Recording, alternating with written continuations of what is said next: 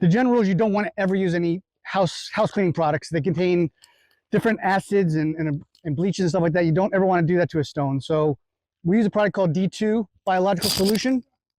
It is a biological agent and will not harm any of the stones. And the great part about this, technically you could just spray this as is, walk away, come back a couple weeks, and it'll be spotless. It continues to work by itself, very little elbow grease. Today we're gonna do a little bit of elbow grease just to try to fasten the process so you can see what it looks like and how it works. Thank you, sir. All right, so the first thing we're gonna do, just give it a visual to make sure that there's no known cracks or any issues that may cause any damage if we try to scrape it or brush it. We've already done that for this one, but you do want to give it a little touch to make sure it's steady. So if it's leaning heavily, you want to level the base first. This one's stable, it's not going anywhere. So the first thing we're gonna do, just take some water. This is just plain old water.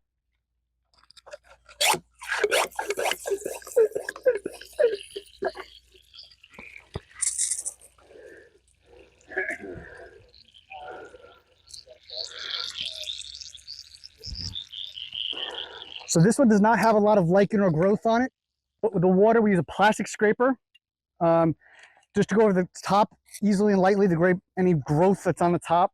Generally speaking, we want to go from the outside in, because if there are any fractures or cracks on it, we don't want to push them out away from the stone. We want to push it from towards the center. So there's not a lot of growth on here, so you're not going to see any instant gratification on this. But we do want to give it a quick once over to make sure that all the surface growth is off.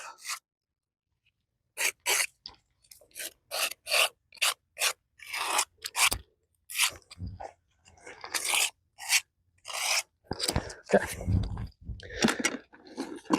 So the rule for the brush, if you wouldn't use it on a car, you're worried about scratching your car, you don't want to use it on the stone. You don't want to ever use a metal wire brush or anything like that. You want a soft brush. And again, you don't need a lot of elbow grease. This is something that the solution by itself will do the work, but using a brush will help speed the process a little bit. The solution is called D2 biological solution. It's the same solution that they use in Arlington National Cemetery, a lot of our national monuments. It won't harm any of the stones. I mean, you like to think of a stone as hard and tough, but the reality is little micro cracks and all that kind of stuff, any kind of chemical that gets in there and it freezes and thaws, that's what leads to cracks and deterioration over the years. So it's really important to use the right cleaning tool here. Okay, so just giving a nice douse of D2, and I'm gonna start scrubbing lightly. And one thing to note, so you may not see it instantly spotless. So as you're scrubbing, it's not gonna be like cleaning something immediate. But by the end of today, by the time we leave, you'll be amazed at the progress.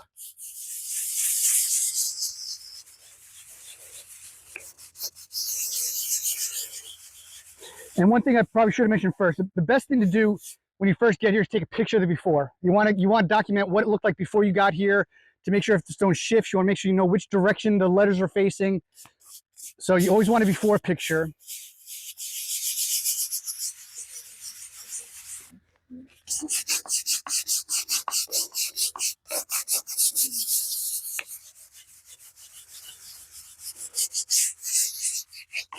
All right, so I'm only going to focus on the front for right now, just to show you the demo. So this is the fun part.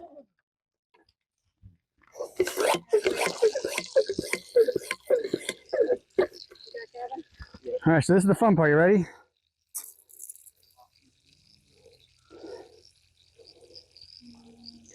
So that's how much comes off immediately. But I say if you come here a week from now, 2 weeks from now, a month from now, it continues to work through the rain and just the heating process. You don't ever want to use D2 in the winter. You use it when it's 55 degrees or warmer throughout the day. If it's too cold, the solution won't work. So literally it's just D2, rinse it with water. We're going to come back with D2 again and do the other base.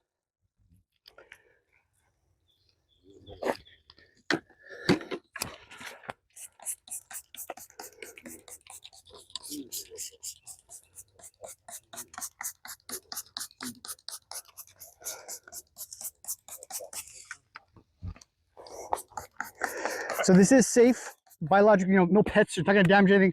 I wouldn't go drinking it, but it's not toxic. It's not going to be harmful to you if you get it sprayed on you or anything like that.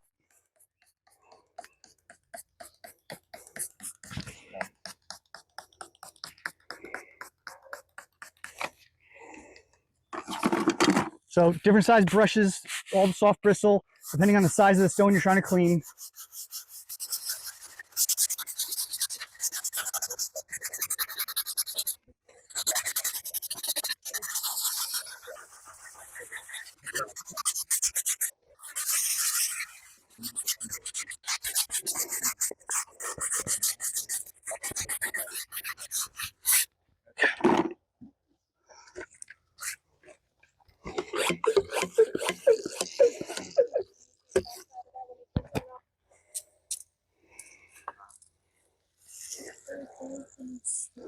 So this stone has been here untouched for over 100 years.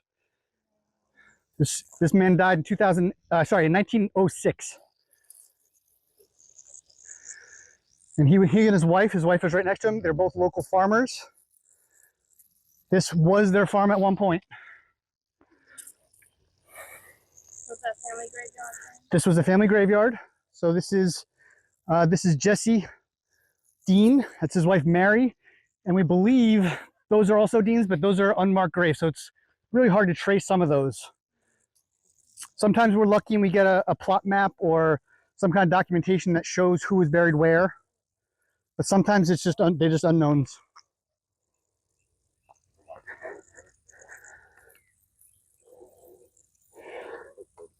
When you're driving around, you can start noticing all these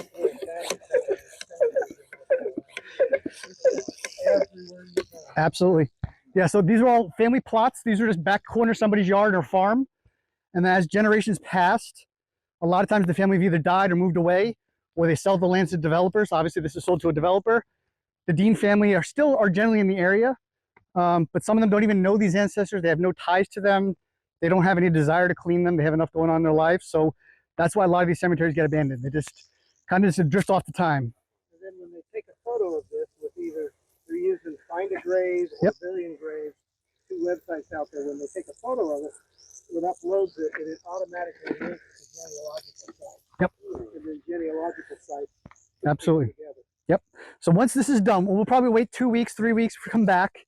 Once the stone is really clean, that's when we'll update the pictures. We'll upload them to Find a Grave. We'll actually put a phone on top of here, mark the GPS location, so it gives the exact coordinate of where that grave is. And that way, if anybody ever searches for Jesse Dean, it will now be available to the public to find out and get some information for their genealogical research. So that's part of the reason why we do this. I'm all about the genealogy part of it. But we also go through census records, birth certificates, death certificates, military records, anything we can find to put these people's lives back together, we research. And this is a fairly small cemetery. Some of them, we've spent months at a single cemetery. And it's amazing, you kind of feel like you get to know these people. They died 100 years before you were even born, but you kind of get an idea of what their life was like. I wasn't born locally, but I still feel like I understand what their life was like a little bit. All right, so I'm just going to give it a last dose of D2. And then essentially we're just going to walk away for a little while.